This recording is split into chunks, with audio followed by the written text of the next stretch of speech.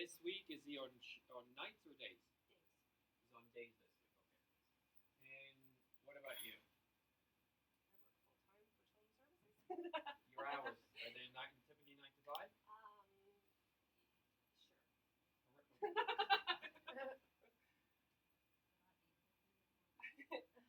8:15 to 4:30. So realistically, like when do you typically are you at work?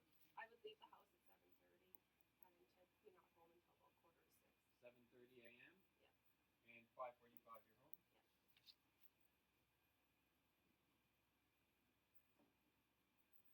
Yeah. Okay. And 5-year-old is at Daycare. daycare. What time does he go? We'll drop him off at 7:35 and pick him up at 5:30. 7:35 pickup. You said 5:30. Yeah. On a typical day. And 10. She goes home after school. So what time does she leave for school? 8 o'clock. And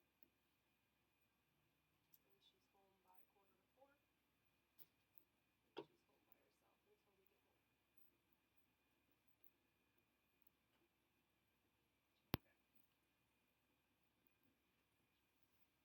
So the reason I asked Amanda for these details is because it helps me think about a case scenario, and I need to know those details. It's important to understand when Amanda goes to work, when she comes back, because that gives me a better understanding of the amount of time she has with her kids. Okay? Now the next question is that I want to know for the sake of this exercise, are there any special activities, events that you and your husband participated during the week or on the weekends? Like what are you looking for? Like, do you have a girls' night out? Do you have like a dart thing that you do with your friends, or I don't know? Okay. Whenever I'm in Alberta, I go to the restaurants. They always have darts on them. Seems like that's what you guys do. You do darts. We have no curricular activities. No I go to the activities? gym 3 times a week, and then at the night. You go to the gym at night. What time? Between 7 and 8. 3 times a week. On an ideal week. Okay. And does Dave do anything special other No. than being okay? Okay. Other than going to work. Gabrielle has art class on Tuesdays. Nicholas has skating. Like, I don't know if you want to know So, that. yeah. So the kids. So 5 has skating. Yeah. On Monday mornings, Dave takes them. And Dave takes him. Yeah, so Dave's regular days off are Sunday, Monday, Tuesdays. So Dave is off. Every Sunday, Monday, Tuesday. Dave off every Sunday, Monday, Tuesday. Okay. And you said 10-year-old goes to. She has art class every Tuesday.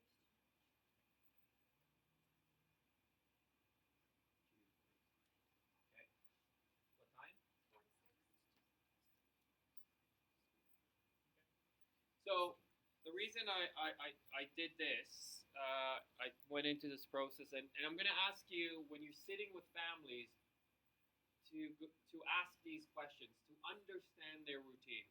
It is critical that you understand their routine, because you want to really have a better sense and picture of the times that they're going to be alone with their kids, the times that you need to plan for safety. So I think I have enough information right now, and I'm thinking of a scenario we can think of. I need to think of a scenario, and for the sake of this exercise, we're going to go worst case scenario, just to demonstrate the process. Let's just say there are allegations. There are allegations against you, okay, by, let's say, 5-year-old. And the allegations is that 5-year-old had a bruise at daycare. He said, "Mommy hit me," and it is a bruise, and mommy hit me. And so, again, let's not get into the details, but for the sake of this exercise, worker tells you you can't be left alone with your kids at this point. Now let's just say, again, this is just for the sake of this exercise for the next month. We have to plan for the next month around that. So, the next question I have is thinking about who you have around you, who would you call to be part of your network?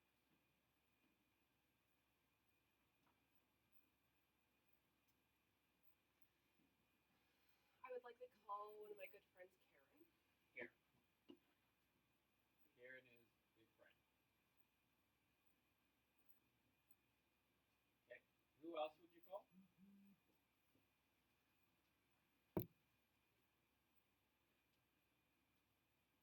not sure, to be honest. If we're talking about me not being allowed to be with my kids alone, we don't have very many family or friends up here. So So it's that's Karen. about it. Yeah. Karen for now. Yeah. Okay. Okay. So it's a bit more challenging. Typically, people have more, and so I'm trying to. Okay, so because I want to address all the issues that people brought up. Okay, that's fine. We can still do it. We can still do it. So let's think this through. So I could call my mom and dad and Dave's mom and dad, but they don't live here, so I'm not sure that they would offer anything I see. to supervise me when I'm with my children. Right, right. So if we're talking about But can they offer you other can they offer you support in a different way? most potentially, yes. Okay. So do you want to put them up here? Sure. So Tanya and Brian are my mom and dad. Tanya, Brian, and And Dave's mom is Kathleen. okay. So this tool was developed because of the issues that Amanda brought up. What if you're working with someone who brings 10 people, 15 people, but out of the 10, 8 are problematic? You've searched your system, and 8 of those people, an organization, you feel uncomfortable with those 8 being left alone with the kids. They can't be in a supervisory role with those kids. So remember, we said we can't turn those people away, right? We don't own the network. However, we have a responsibility of asking lots and lots of questions of mom and dad to help them think this through. So this tool was developed to facilitate that conversation. So it's a fairly simple tool. The inner circle, those are the people that child protection feels confident and fully okay with those people being left alone with the kids. Okay. The second circle are people that child protection feels, they could be in an indirect supportive role to mom and dad, so they can be around the kids, but we wouldn't want them to be left alone with the kids for long periods of time.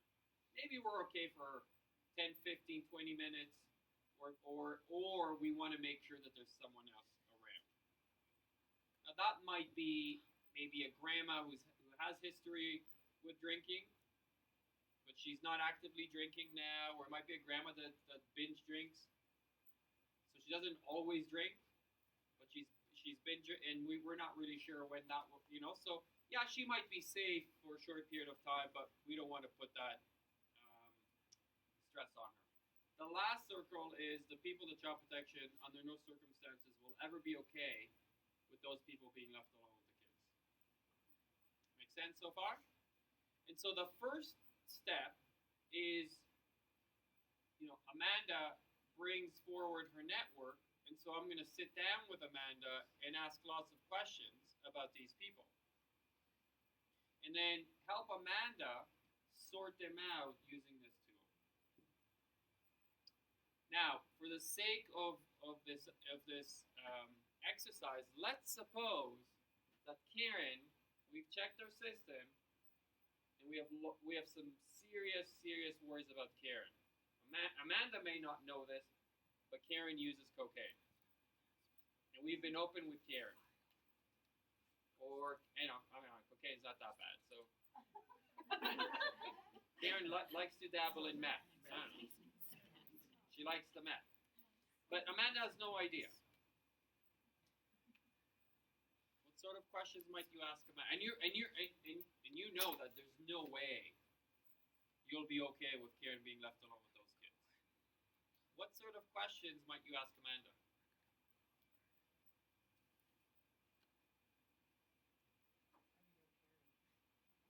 Okay, how do you know Karen? Sure. What do you and Karen do when you spend time together? Sure. Other questions? Tell me about Karen's relationship with your kids. Okay. Can you ask do you know if Karen had any substance abuse issues? Okay. Do you have any worries about Karen? Okay. Okay. And I'm not suggesting that there's a particular there's a question that is the right question, but essentially what I want to lead Amanda through is a process where I ask her lots and lots of questions, but she needs to know why I'm not okay with Karen being left alone. Now, for confidentiality reasons, you can't.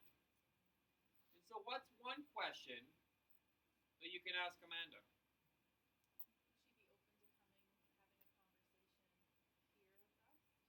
Sure. How do you guys typically manage these conversations? What questions do you normally ask?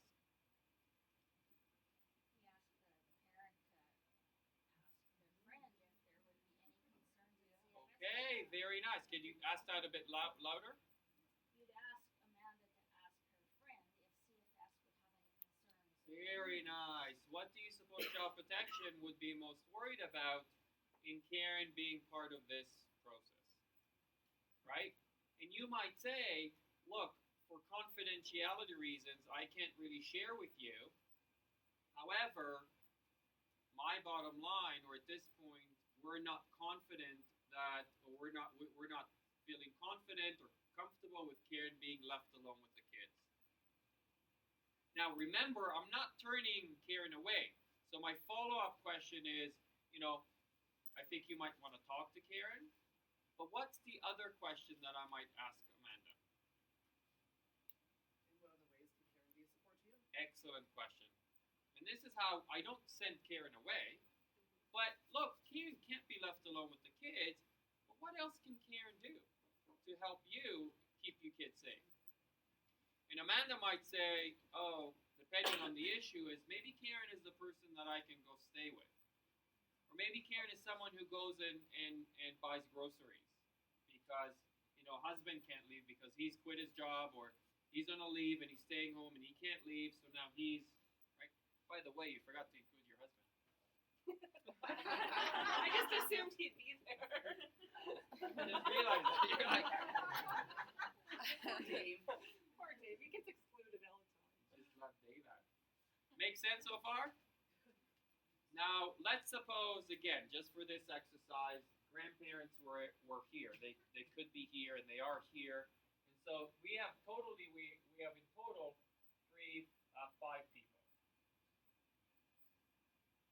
Right? Yeah.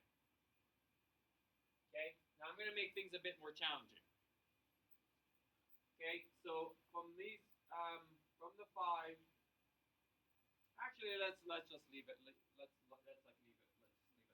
So what you want to end up doing is sorting these people out. And so we know Karen is going to be in here. Karen is going to be in our outer circle. Dave is going to be in here, I hope. Mm-hmm. And grandparents. I would put my mom and dad in the inner circle.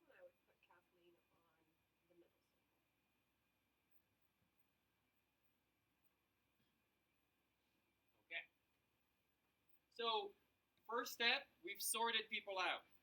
We've led with questions.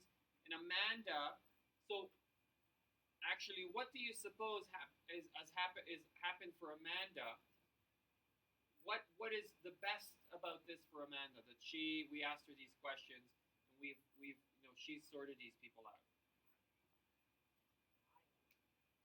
Amanda, say that louder. I own that. You own that. And in owning it, what difference does that make for you? Well, it's my support people, so it's my people. I don't know how else to explain that. Others? What do you suppose is she takes control and she takes ownership of the process. She gets to sort these people out, not you guys. Okay, so what I encourage workers to do is we often place ourselves in a position of control very quickly. We take ownership for these decisions rather than stepping aside and leading through this process through questions and handing over as much as possible the responsibility and control over the parent. And so what parent is feeling is, oh, I came to this conclusion on my own. I made the decision. And so it takes the fight away from, oh, you're saying Karen can't be, who the hell are you to tell me that Karen, right? I've known Karen for 20 years. Okay? So that's step number one. Now we're gonna work these tools. Then as this process continues and progresses, these tools actually work hand in hand. Okay? Any questions or thoughts before we move on to the next tool? Yes? Mine would be, what if Karen doesn't share with Amanda? It's a great question. His concerns, then what do we do if she still says Karen can do this for me? Thoughts? I think that's when you have to say, I'm not able to share details with you, but it's the bottom line for us. Bottom line, Karen is in this, yeah. And until Karen is willing to share that with you, yeah, I mean, we can't, but it is a bottom line. So if we're looking at doing a safety plan where we know those people are going to be alone with the kids, really we need to be full name, date of birth, running CCO checks on them.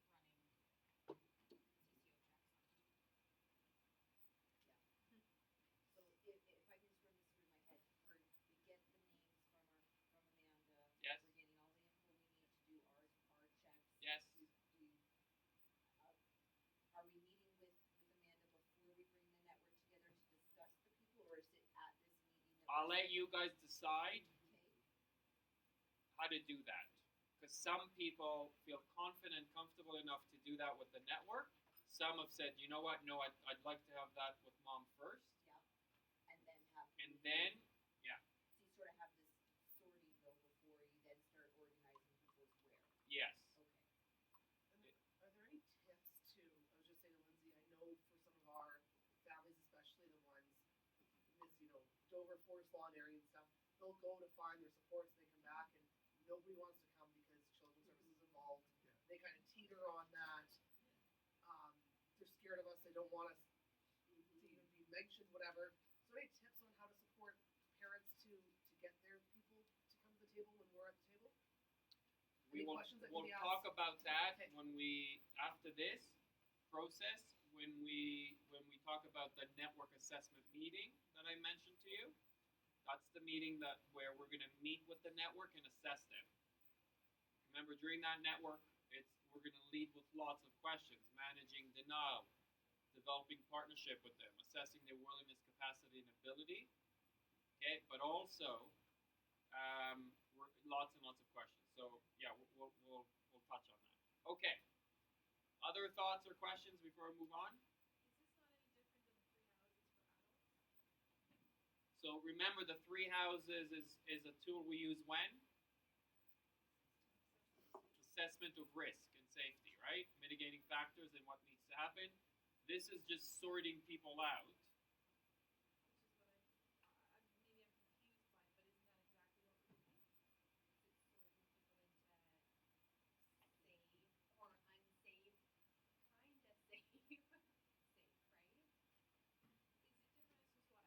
It's a completely different purpose.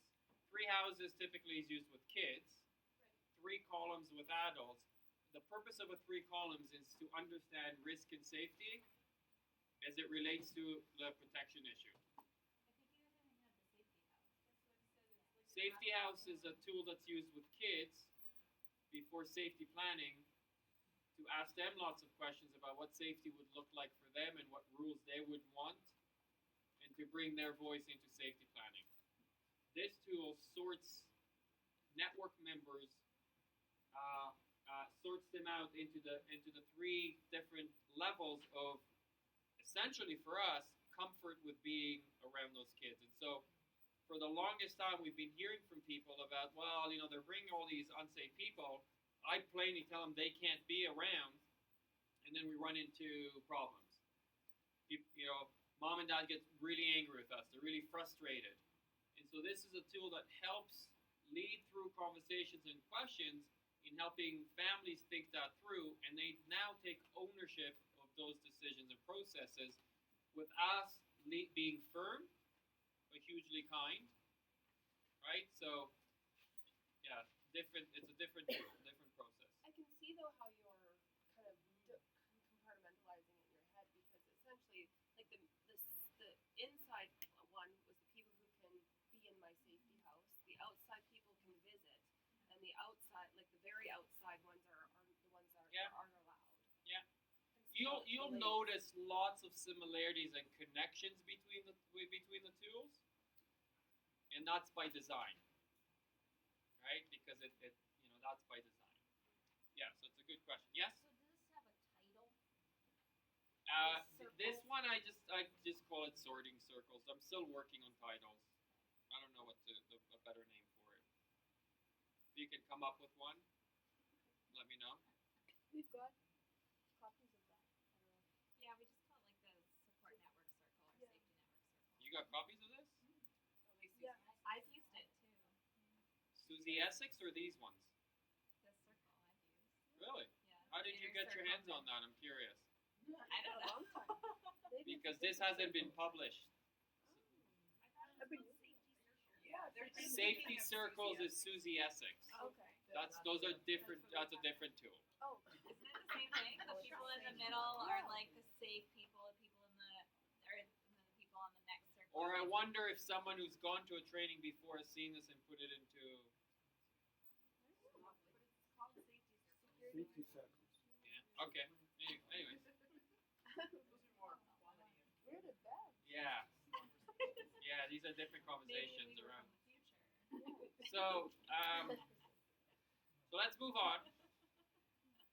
So now Amanda has taken control. Well, at least she's feeling I got sense of control of. I've made the decision of who can be part of my network, but also through conversation I've sorted them out.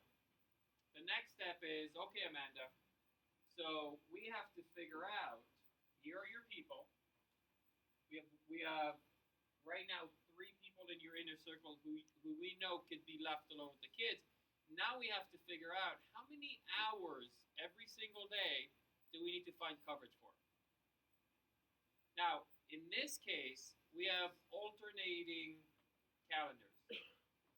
Okay, so let's tackle, again, we're not going to do the whole month, but let's tackle the hardest weeks, which is when Dave is on night shift. That's the hardest one, right? So when Dave is on night shift, we know that he leaves at, where is it? He leaves at 4. So you have alone time with the kids from when you pick 5-year-old from daycare, you pick up at 5:30. From 5:30 until he comes home, which is at 5 in the morning. Quickly, how many hours is that? We're at 12 hours. So we need coverage for 12 hours. So evening and then to the morning. And then the morning, he's there. Okay? For the sake of argument now, so he's gonna manage that time until they go to school. I'm going to ask you those questions because you're smiling because he probably comes home and he wants to go to sleep. Oh, he's dead. He's Yeah. dead. Yeah. Well, those are the questions I'm going to ask. So right now, actually, let's include those hours. So 12 overnight, and then in the morning, so 12 until they go to school, which is what? They leave at 7:30. 7:30. And Gabrielle goes to school at 8. Okay. So we need total of 14 hours, approximately 14 hours on Mondays to coverage. Mondays he's off. Mondays he's off. He's off Mondays. Okay, right. Sunday, Monday, Tuesdays he's off. So he's home So 14, 14, 14, and on the weekend, Saturday. I would need 4. 14, and he's off on this day. Okay. But he sleeps until 1. He sleeps until 1 on Sunday. Mm-hmm. So how many hours is that? When does he get home? 5. 5 in the morning. Yeah. So you need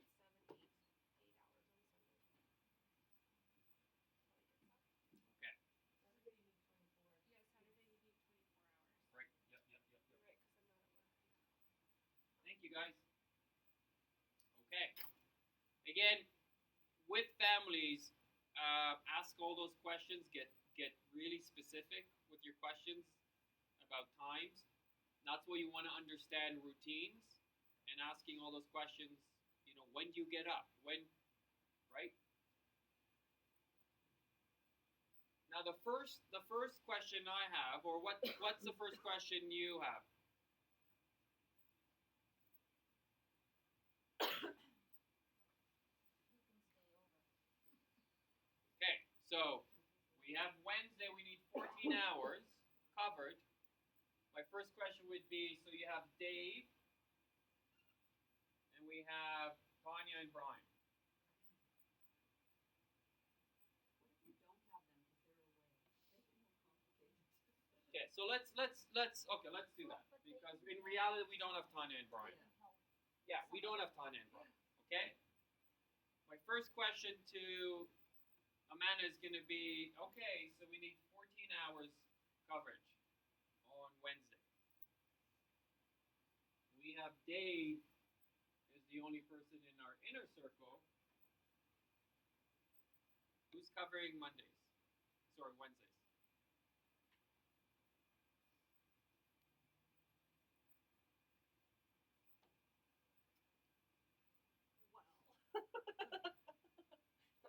I'm really thinking this through because I would hate for Kathleen to be at my house. She's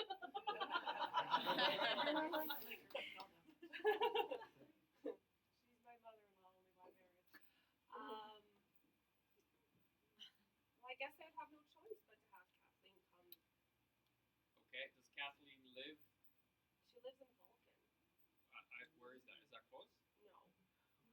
Are you saying Kathleen is moving in with you guys? No. That's a hard no. Is Kathleen driving in every day? I don't think she would do that, to be honest. If you had a choice between keeping your kids or asking Kathleen to be in your house for the 5 days that you need For care. the rest of your life. Well, no, it's only for a month. He said only for a month that she can't do that for the kids. We're just doing this week. This Right, is just illustrating just to give you an idea of what the process looks like. So, who's covering Wednesdays?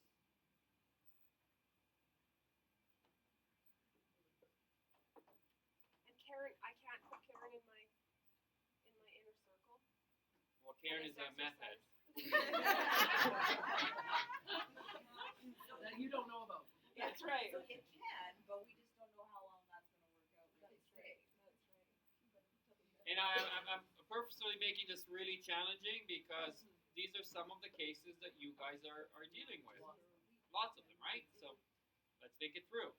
So you're gonna have a mom who's gonna sit there and squirm and be like, I don't know, I don't have anyone. Now, what question might you want to ask Amanda right now? Is there another person you can add to your network? Is there someone? Well, before that, I'm gonna ask her what? Remember the compassion piece? Because she's struggling. She's sitting in that chair squirming. Amanda, I can't imagine how hard this is for you. Right?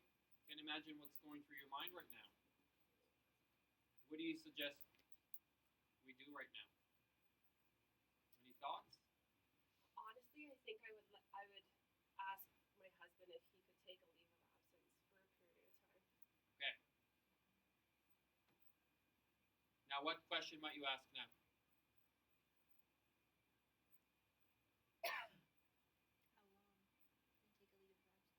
Yeah. How long can you take? What other questions? Can you financially afford that? Yeah. Is this realistic financially for your family? Other questions? What was your question, Amir? When, like, what if he's not available? What if he has to go with one of the other kids somewhere? Who's going to take care Right. of the other one? Very good question. I mean, he has to go to the bathroom. He has to shower, right? He's probably going to need a break. Who covers him then? Other questions? I'm wondering about kind of before you got, I guess when you got to the point where you realized the only person in the inner circle is going to be the husband. Yeah. Is it appropriate to, or I don't know, like, could you ask some questions around? Has there ever been a time where you guys have used a babysitter, or like? You're going to ask all those questions Kind of before. Okay. When we're at the network stage, hundreds of questions about helping her think through her network, right? At this point, there's reason why there's reason why right now, because it's not about the number. I want people to think this through. This is not about how many people. And again, for the sake of this exercise, we made this really hard because we're challenging you guys to think this through. But it's not about the number of people that they bring, because we used to celebrate that. It used to be, oh, they brought 10 people, awesome. That's all, and we started working with those 10. What did we realize very quickly, though? Are they committed, and what's the quality? The quality and commitment. And so it's less about the number and more about the quality. And so why am I leading her through it? She owns this process, not me. These are her people. I'm going to lead her through this process. And again, Amanda is going to walk away from this process feeling what? Empowered in a sense of ownership, and she's got control, and she's made the decisions, not you guys. And so, for the sake of time, you can just imagine as we process through this, and I'm going to ask her, oh, what about Tuesday and Friday? And I'm going to ask lots and lots of questions. So she says, let's suppose she has someone. Let's suppose Kathleen. She says, you know what? Kathleen's going to move in. She's going to stay with us. My next question is, That's getting me excited. Kathleen, I'm going to the terror zone right now. the next question is, Kathleen not needs feeling better, are you? Kathleen needs to take a shower. Kathleen needs to go to the bathroom. Kathleen needs a break. Who's with the kids then? And so leading with lots and lots and lots of questions. But what you know is we need 14 hours covered. And so what you end up in these processes is maybe Kathleen can only do 10 hours here. So you're still left with 4.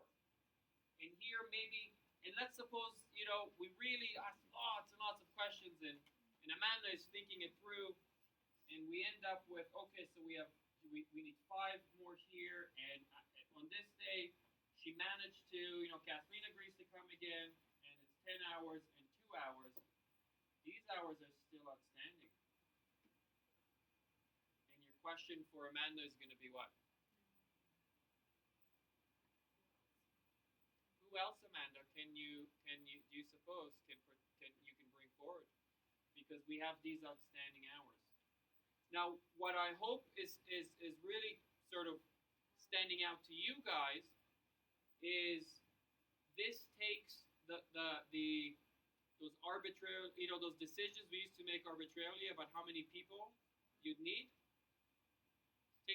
Right? This gives you an idea of specifically how many people Amanda needs for herself, rather than you suggesting, oh, I think you need 10, or I think you need 5. Because as you process through this, Amanda starts to realize how many people she specifically needs to make it work for her. But again, she has a husband, but if they're a single parent or. And at the what end of happens this, when? you're absolute. At the end of this, if Amanda says, I don't really have anyone, I don't have any more. The question to Amanda is going to be what?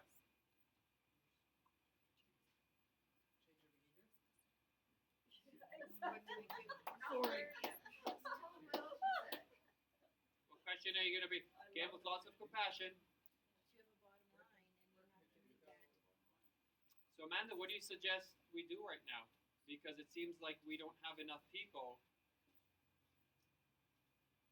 right, to offer coverage. So, what do you think is the next best thing? Can we pretend it's June and Tanner's home? Right? Tanner has to leave and come home. No, he can't come home right now. In Right. June he's home. And Judy's home, but it's now. So Amanda's not over here in how unrealistic this plan is. Unrealistic in what sense? Well, I was just saying to Lindsay, right? I mean, I think it's great that we're trying to keep families like all of this is wonderful information. I just like I could have probably listed 14 in my network that live within 10 minutes from me. I have a large family. My husband has a large family. Yeah. That we're very close with. So I could have given you a huge network. And Yes. to say that somebody can't go to the bathroom for 5 minutes, so somebody else has to come in is unreal. Like I didn't say someone had to come in. I didn't say someone else. I said when he goes to the bathroom, because what if it's a sexual abuse allegation? So mom, you go to the bathroom. What happens then? I'm just getting you to think that through. Okay. And so I've had people say to me, kids come with me to the bathroom. Okay. Take the accuser in the Yeah. bathroom. Right? Mom needs a walk. I'm not suggesting, and you know, this is what, thank you for actually asking that question. That's a great question. Yeah. Because this is not about you guys prescribing behaviors or what you need, right? This is about you asking lots of questions. It's Amanda's responsibility to figure out. What your responsibility is leading this process with lots and lots of critical thinking, by asking questions. Lots of being risk focused here, risk sensible, risk sophisticated around your questions. And always reiterating what your bottom line is. Oh, yeah, Because that's what I had to do in the family group. this is gonna be really tough for Amanda.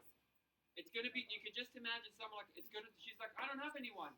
Oh my, Amanda, yeah, this is really hard stuff. And there's going to be times that they don't have anybody, and these kids do come into care, but at least you put it on the parent and you try.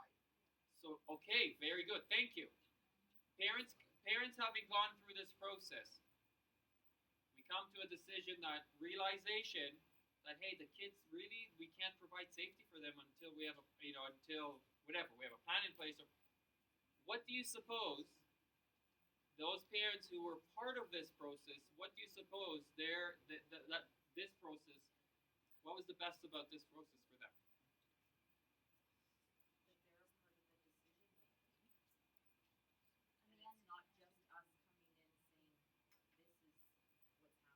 Absolutely, you can imagine how powerful this is, where parents feel like I had to make the decision.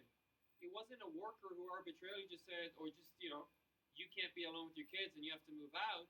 But I actually had to think that through, and it taps into right. Remember, slow thinking. You're getting her to critically think it through. She's feeling like she's in control. She's feeling like she's making decisions for her kids and family, and she's seeing it visually up here. Yeah, Amanda, it just doesn't look like you have enough people right now. So what's the next best thing, step for us? Yes? Well, could this lead into a little bit of a kinship care piece or support Absolutely. as well? The hesitation is Kathleen coming into your home, but we haven't even started to ask the question of could the kids go to Kathleen's for the weekend? Well, so you're gonna ask. So rather than saying can they go to Kathleen, we've arrived at this, Like a trouble area on the weekend. and you could kind of manage this tool in the way that like sometimes what I do is I just put the total of hours that I need coverage, and let's say okay, we have 45 hours. I haven't explained roles. Roles is once you sort people out, and then in those cases where, because you could use this in every network conversation, not just in those conversations where parents can't be left alone, but in network conversations where who's going to do what. Okay, and so roles, this is where where you put people's name and what they're able to commit to and for how long. How many hours can they commit to providing, or are they just on you know you can call me, but you can call me on this day and this and this in between these hours, and so they're providing their you actually understand people's capacity of what they can do, and this helps you sort that out as well, rather than just people come and all of us sit down and then you plan with them and you're realizing later on that they weren't really able to do that. So you're leading with lots and lots of questions. Yes. I